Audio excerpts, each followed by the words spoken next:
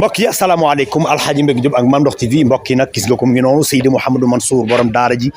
tabarakallahu tey sunu xel yëpp dellu na ci moom ndax kan Serigne Habib Sy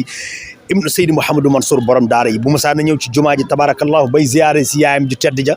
nii la daan def nit ñi topp ko tey nag tabarakallahu Serigne Habib a ngi noonu mbokk yi gis ngeen ko mu jëm ca ki nga xamante ni tabarakallahu mooy maamam ja nag ngir ziyaare ji ko Serigne Habib Sy daal ñu ngi koy ñaanal mu gudd fan loolu tëwér alxaaji Mbégi Diop ak Mame Ndokh TV ñu déglu Serigne Habib Sy ibnu Seydi Mouhamadou Mansour borom daara ji alxaaji Mbégi Diop ak Mame Ndokh TV mbokk yi gis ngeen ko mu ngi noonu julli nañ àjjuma ba pare noonu la koy defee ne ko bàyyam bu tedd ba daan defee Seydi Mouhamadou Mansour borom daara yi mu ngi noonu tabarakallahu gis nga ko jëm ci fi nga xamante ni mooy xabru maamam ji tabarakallahu mbokk yi mu ngi noonu alxaaji Mbégi Diop ak Mame Ndokh sëriñ bi nga ñaanal yàlla ngam téeméer ci barke yéen sëriñ bi yàlla nga dund te wér ku ne amiin yàlla nga ci bokk ci barke yéen